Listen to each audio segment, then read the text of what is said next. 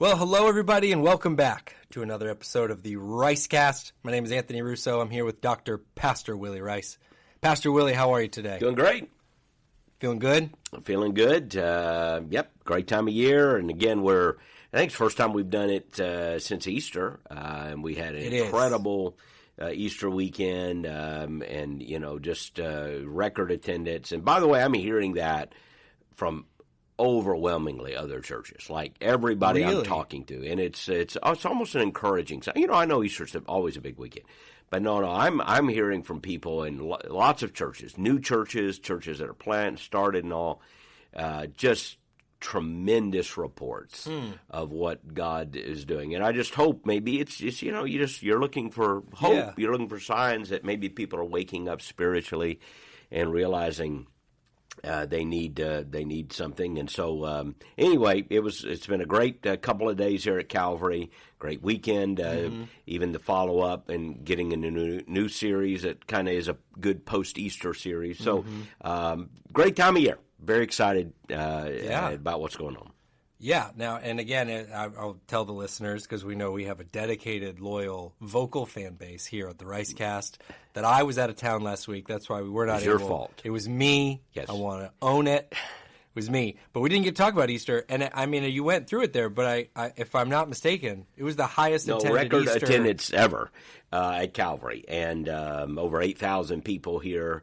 And it was just the first time I think we'd ever had over that number. 13 services, 5 campuses, and it was a great weekend.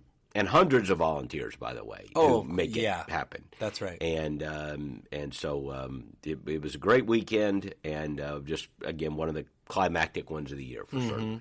And I tell you, Good Friday here was. Oh, it was jam packed. Jam-packed. And I mean, like people. We had people had to leave because there wasn't enough room, which I don't ever like hearing that. But it was, I mean, when we say it was packed, it was packed. Yeah. And it was again, besides that, just how many are here, it was just it was a beautiful service. Oh, and, my goodness. God's Spirit really met with us, and the presence of the Lord was powerful, and we just heard great reports all weekend. Special weekend for sure. Launched Calvary Espanol. Were you able to pop your head in there? Yeah, I was. I got a chance to speak to them. 115. Whoa! At our first Calvary Espanol launch on Easter. Wow. 115, which was a great number. Yeah. For Pastor Vladdy Vasquez and the Calvary Espanol. So they're off and running, and we got great potential and a great future for that campus. That is very exciting. Yeah, it was just a great weekend. We saw. We had the baptisms the week before from Calvary Espanol. It just was, the run-up to it was special, and I'm so thrilled to hear that other churches were experiencing the same kind of thing. As am I. Just, many friends talking about that. So very, very good to hear. But I think we got to do Easter in March more often. That's my takeaway. Might help a little bit get that early date, because a lot of we have a lot of winter guests at Calvary, and they're starting to go home now. As you know, every weekend now somebody comes up to me and says, "Well, it's our last week. We're headed north. Right. We're going back to our Canada folks. A lot of them are headed back, and." So we miss them. They're listening, and it's that time of year we bid them farewell, and so a lot of people. And it'll happen Sunday. They'll walk up and say, "Well, we'll see you next winter," and you'd say, "Well, where are you going? Remind me where you're going," and they'll tell me and all that. So in March, maybe we get some of those folks who haven't gone yet. Do something late April. Maybe you're already starting to lose some. But no, it was great. Amazing time. And then, like you said, this last Sunday we kicked off a new series. That was a great start to the series, really kind of like talking a lot about the resurrection. I thought that was really a huge response from the group I was with online. A lot of people know I host online in the morning. How did you feel kicking off? No, it's great. Series? We're calling it The Best Is Yet to Come, because the resurrection changes everything. And it's really, it's the scene for 5 weeks is the same scene. Easter Sunday night. In a locked room, it's John 20, verse 19. We're going from that text every week. There's 5 different key things that happen in that room that change everything. and from a locked door and people paralyzed by fear to a movement that would change the world. But there are 5 things that really happened, and the first one, of course, was they knew the resurrection was real. Jesus came and showed his hands inside. So we'll talk about the second one Sunday, and I'm really excited about this message. I think it's going to be a powerful one that people will want to hear. It's it's not maybe what you think about when you think about something resurrection, what they saw, but man, this is we're really excited about this message Sunday. This is going to be a good one. Now, it's a great setup for this coming Sunday, but I'm going to put last Sunday's in the show notes like we usually do if you happen to miss it. Or if you're listening on the podcast, of course, you can listen to the last podcast, which would be that sermon, because it was outstanding. I mean, really, really great to look at, some very practical things about the resurrection and the validity of the resurrection. Well, Jesus, showed them his hands inside. He said, touch me. He ate with them. He gave them verifiable proof. Yeah. So we just asked the question, what is verifiable for us? What can we touch and know? And there are some, just verifiable things that we can look at that strengthen our faith and help us understand what the resurrection is and that it is absolutely real. Right. And I loved, again, I won't go over the whole sermon, but you made a point in there about if this is a conceptual thing for you. This is just like hypothetical. The resurrection is the symbolism of metaphorical, like the persistence of hope. No, this is a physical. That's not Christianity, and you'll hear it from liberal churches and politicians and other people. Sentimentalists. Something. It's not about renewal and hope. It's about that. Those are nice terms, but it's about the death, burial, and resurrection of Jesus. It's about resurrection. Hope, is when the stock market's going up, or renewals when it's turns spring. Yeah. I made a joke about a women's hairdo, but I liked your spring training joke too. Spring training. Everybody. Oh, it's a big time. Yeah. That's renewal hope, but no. Resurrection is bodily, real, literal, physical resurrection. Jesus conquers death. That's the message of Christianity. So good. So like I said, we'll put that in the show notes. It was a great start to the series. Going to be a great couple weeks. I like this, and we do this at Calvary so often, which is great. We'll have times where we cover kind of a broad bit of Scripture, where we'll cover a book, or, of course we did like Lamentations not too long ago. You can cover in like a whole book. But I love series like this where you're going to spend several weeks on one. Yes, one section, and just really pulling out every word, every phrase, and sometimes to get the real meat of the Scripture, you just need to slow down. Just slow down and really sit there in a single story and think of all the nuances, all the ramifications, all the implications, and that's what we're able to do right now. Didn't you tell me, stop me if I'm wrong, but I thought you told me you kind of use both in your personal study, that there's a bit where you're covering the Bible in a year, and there's a bit where you're hyper-focused. Yeah, I just think it's kind of like, and our vision is that way. Sometimes we pull in, we see the big picture. Sometimes we focus down and see what's right in front of us, and you need to be able to do both. And so I think it's good to read several chapters. I'm reading through the Bible every year. But then I also, at the same time, am usually focused on a single book, and I'm going very slow. I have no time frame. I'm just taking, sometimes a verse at a time or a paragraph at a time and just reading through that multiple times. And, that's one of those things. You get done when you get done. I'm not trying to get done anytime soon. Right. Just every week you're meditating on a different part of the Scripture. So you see the close-up and you see the big picture. So good. Great start to the series. Looking forward to this Sunday for sure. I wanted to talk to you today. Big doings this week. It's a couple days ago now. But the eclipse. Pastor Willie. Did you happen to see the eclipse? I did. Fortunately, thanks to our outstanding team here, because I didn't buy the special glasses or anything. Right. So I just thought, well, I'm going to walk out. It's going to be dark. What do I know? Right. So we had a meeting, and then it was supposed to be like at 3 o'clock or something. Was it? Yeah. So we walked out at like 2:30 or something after a meeting, and everybody's starting to come out of the office. And I didn't notice anything different. It was like, it seemed as sunny as ever. And I'm like, well, this was a bust. I mean, come on. I think they must have did the math wrong or something. Right. But then our outstanding financial administration office had bought the glasses. They had a couple glasses? They came out with they had like a bunch of them. because they knew the rest of us wouldn't buy them. Yeah. And so they saved us from going blind. So we put the glasses on, and they tell you to wear those special glasses. You got to. I'd never done it. And they put those glasses on, which are, just real dark. And then you look at the sun, and wow. Yeah. It really was something. You could see the moon, coming into the sun. And so it really was something to see. Yeah. I don't know about you. I was the same. I didn't have my glasses. And then I think it was Joy from finance was able to help me out. Shouts out to Joy. When she hands me the glasses, they looked to me like they came off of a cereal box. Right, something silly. And I thought, Joy, I'm going to need something hardier than this if I'm going to stare directly at the sun. Because this doesn't look like it's going to do it. But it did, They took care of you. It was very dark. Financial people don't mess around. They're not. See, if this had come from your department, communications, everybody should have been. You wouldn't have known. If this had come from the worship department, you'd have gone, I don't know. Question marks. Financial, they get it right. Yes. They get it right. And so they had the right glasses. And the next one, I understand, is 20 years. 20 years. And it will be right like a full eclipse over Florida. I saw the path. It comes right over us. Unfortunately, I'll be very old. And I don't know if I'll see anything. I might not be able to see anything. Who knows? At the deterioration rate, what I'll see. But anyway, I think I'll be 80. So maybe I'll be around to see it. Who knows? The Lord knows. I'm going to make it a personal job of mine to make sure you have glasses and you're prepared for the At 80, eclipse. I'm going to get the right glasses because you realize this is probably it for you. So I'm not gonna risk it this time. Yeah, right. Now I know it's a big deal. Yeah, and this one I think in 20 years is like supposed to be a big one in Florida, like the whole thing. That's what I saw. But then I saw people like it was supposed to go right over Austin, Texas, and it's cloudy. It's cloudy. So like it's their shot.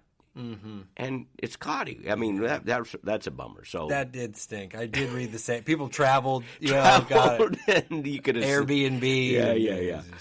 And sun through the clouds. The weather is the weather.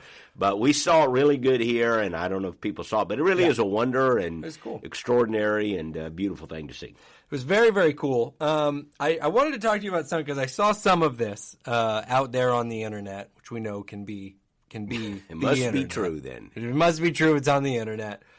So some people were talking about the eclipse, and there was a certain number of cities named Nineveh in the path of totality, and there was a lot of this stuff, and it's. I thought it was a good opportunity to just kind of talk about this because every once in a while you'll see. What does Nineveh have to do? It was there was a constellation above us that's a whale or something, and then the sign of Jonah was referenced loosely from the Bible, and it wasn't a fully. They pulled it all together. It wasn't fully cooked necessarily. A undercooked theory. A little undercooked, but. It got passed around in some circles. Yeah. There were some other things that went around, and like this is like I say, we're talking about this now because it just happened. We all just kind of lived it. One of my jokes, personal experiences. We got married, Rach and I, May 21st, 2011, was also supposed to be the end of the world. There was a pocket of peoples that thought this was it, May 21st. 2011. And if you talk to Rachel's family, maybe the world did. Maybe it did. In some ways, maybe it did. But so I'm just wondering if we might talk to our people today, the listeners of the podcast, our dear Ricecast family. When you see this stuff start to go around the internet, and because usually there's a Bible verse or two that gets kind of pulled in, and you can look at it, and depending on who's presenting it to you, kind of be like, oh, well, there's 3 points. I don't know. How can we be good kind of like consumers of that thing? How can we be wise as we are presented with stuff? Well, I don't get caught up in it, is what I would say. I mean, the Bible is very clear. We don't know the day or the hour. So this has been going on for forever. I mean, all my life I can think of times in which people have come up with various reasons to predict the end of the world. And it's always some elaborate theory. And, if we take the numbers of Psalms and divide them by the chapters in Proverbs and do a code of, whatever, Romans and, whatever, just some stupid thing. And so you can build something that really has no effect and no meaning whatsoever, but convince yourself it does. Like, how many towns of Nineveh? Who would have even thought of such a thing? Mm-hmm. But that's not how you interpret the Bible. That's not what the Bible is. It's not a game. It's not a code book. It's not something. It's not a puzzle like that. I have a book in my office entitled 88 Reasons Why Jesus is Coming Back in 1988. It's a little old now, but I keep the book on purpose. I have it. And it was written by NASA scientists. So if you go, the guy must not be a rocket scientist. Actually, he was a rocket scientist. Wow. The problem is he wasn't a theologian or a Bible. You don't have to be a theologian, just a good student of the Bible and believe what Jesus said. Yeah. So even a rocket scientist can outthink themselves. And there were 88 reasons and yada, yada, yada. And then I think they published, and when they missed it, they published 89 reasons the next year. Oh. But then I think it quickly petered out. After... Right. You can always do a sequel, but after that, it's going down. Maybe. Well, this is just all nonsense. Mm-hmm. At some point you just, I'm getting too old to beat around the bush. It's just nonsense. I'm not sure I even feel sorry for people that get caught up into it anymore because I'm just going to give you the truth here. You should know better. You should know better. Quit listening to nonsense. Okay? I'm just going to be your daddy here, not your mama. Quit listening to nonsense. Yeah, that's all I can say. This is not what the Bible is. This is not how you read the Bible. Jesus said you won't know the day or the hour. This has nothing to do with Bible prophecy. The one thing that people might go, well, wait a second, doesn't the Bible talk about signs in the heavens with the coming of Christ? It does. Yes, it talks about. There's a part in there about the lights being darkened and stars falling from the skies, and so there are astronomical signs that accompany the return of Christ. That is true, and so when it happens, there will be astronomical signs accompanying that return. There will be natural wonders happening. But to then take that and to extrapolate backwards some theory that I can figure out when an eclipse or when a comet or whenever is going to happen, that means I know when the coming of Christ is. No. Yeah. That's just not, no. I just don't know what else to say. No. Quit believing stupid things. I mean, and I don't care how many towns named whatever, and you have not unlocked some code because you figured out some numerical formula to a single. I get stuff all the time. Yeah, I got something this week, and you read it, and it's like this word means that, and this song came from here, and no, okay, just stop it. Just stop it. That does not have anything to do with the timing of Christ's return. And now we can do a longer podcast, and we have, of course, because we've taught through the book of Revelation. That's right. We have that, in our, I'm sure on our media site somewhere, and went through there, and it was a really, challenging series, but one that I was grateful for and often refer back to. We call it The Final Word, and I'm sure it's on our stuff somewhere. So if somebody wants to go back and listen to that. But even people misinterpret signs, and, the Bible talks about famines and earthquakes. The Bible doesn't say, though, that when there's a famine or an earthquake, that means the Lord is returning. In fact, it says you're going to have these things happen, and then he says that does not necessarily mean the end is come. So quit looking for, anytime, I guess, let's say it this way.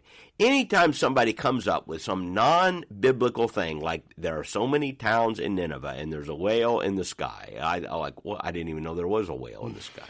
Is that an astrological symbol? I didn't think there was a whale. Yeah. I missed that. I'm admittedly not an expert on the matter, but I've heard of the Little Dipper. Right. But I've never heard of the big whale. I know of Orion and then the bears, and that's all I've got. Ursa Major. Is there a whale? I didn't know. This is what I briefly saw. Again, I didn't go too deep. I've never seen the whale. But anyway, come on. That is not ever.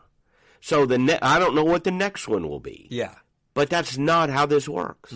You're not, there's not some secret code that you figure out. Because you multiplied this number and found so many towns.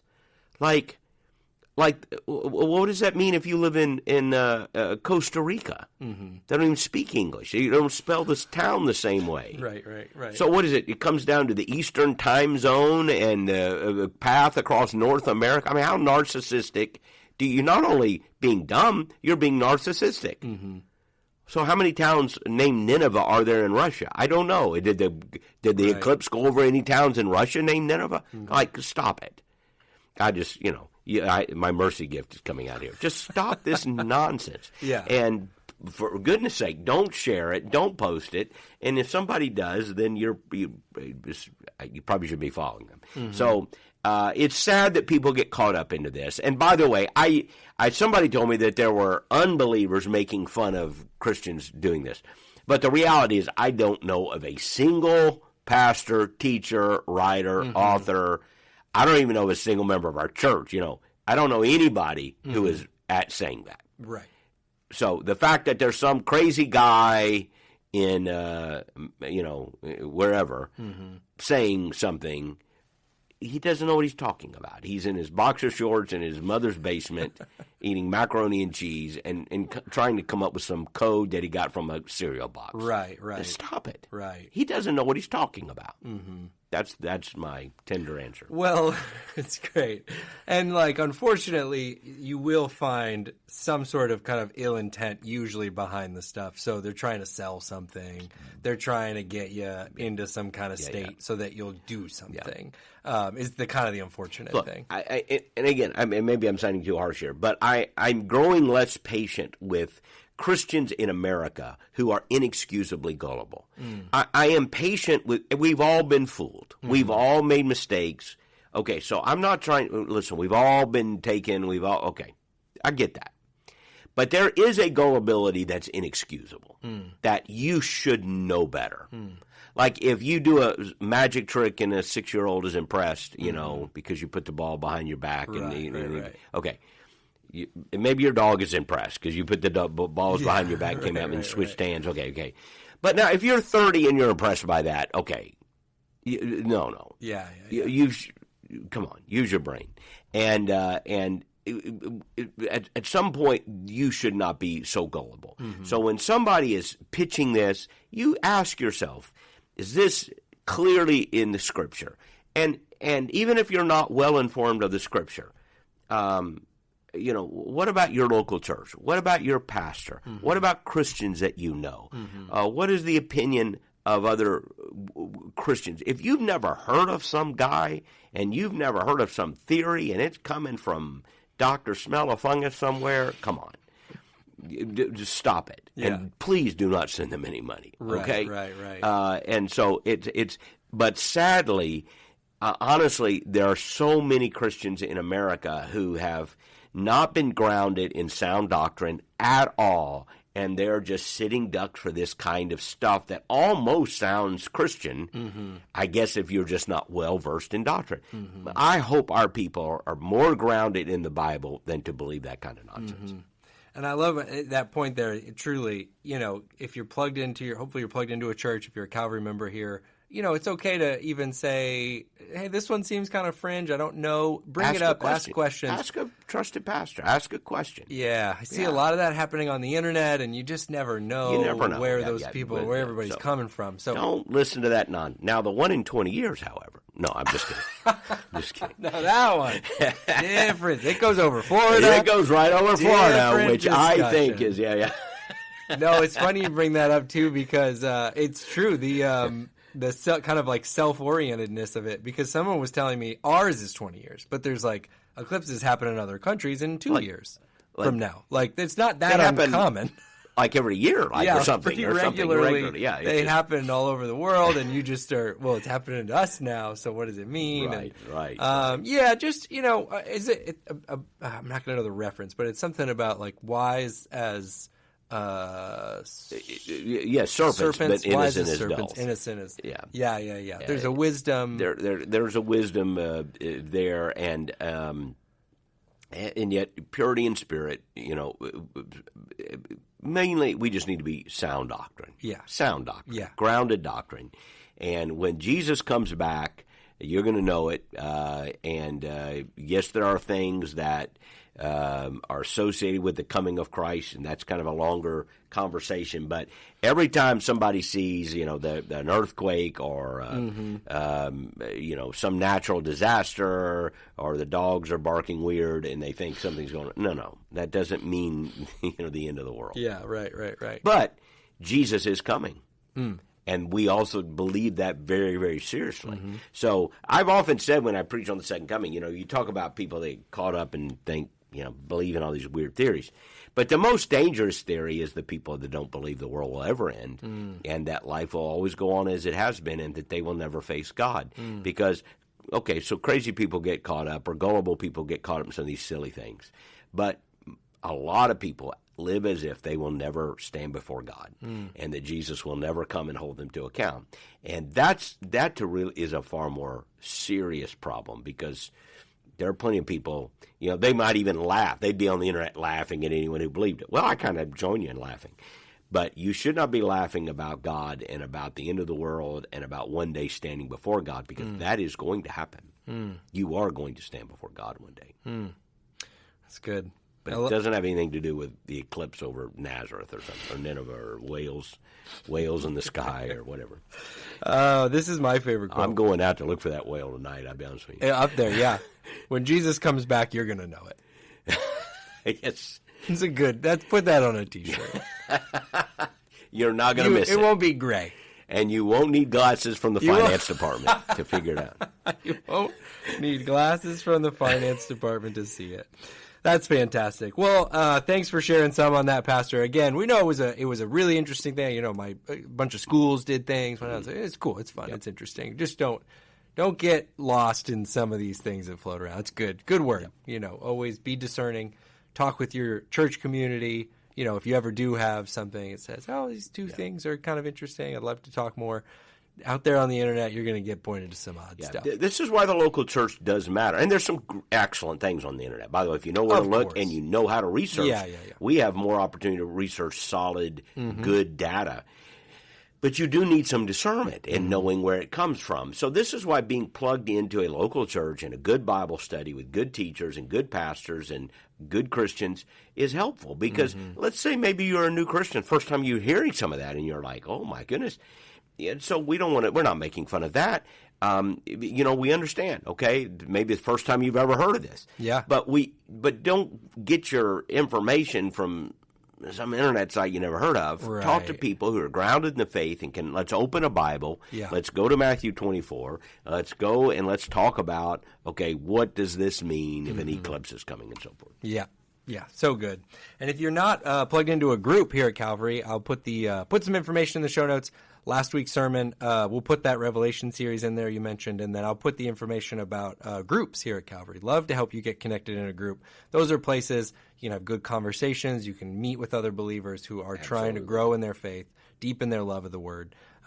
Love to get you plugged in today if you are not plugged in already. But thanks for sharing some about that, Pastor. I'm glad we all got on the other side of the eclipse. Kept our retinas intact, thanks to the finance department. Looking forward to another great Sunday here at Calvary coming up. It's going to be amazing. Hope you can join us at any of our Calvary campuses and Calvary Espanol here on the Clearwater campus at 10:45. And we love you. We'll be back with another podcast episode here very soon.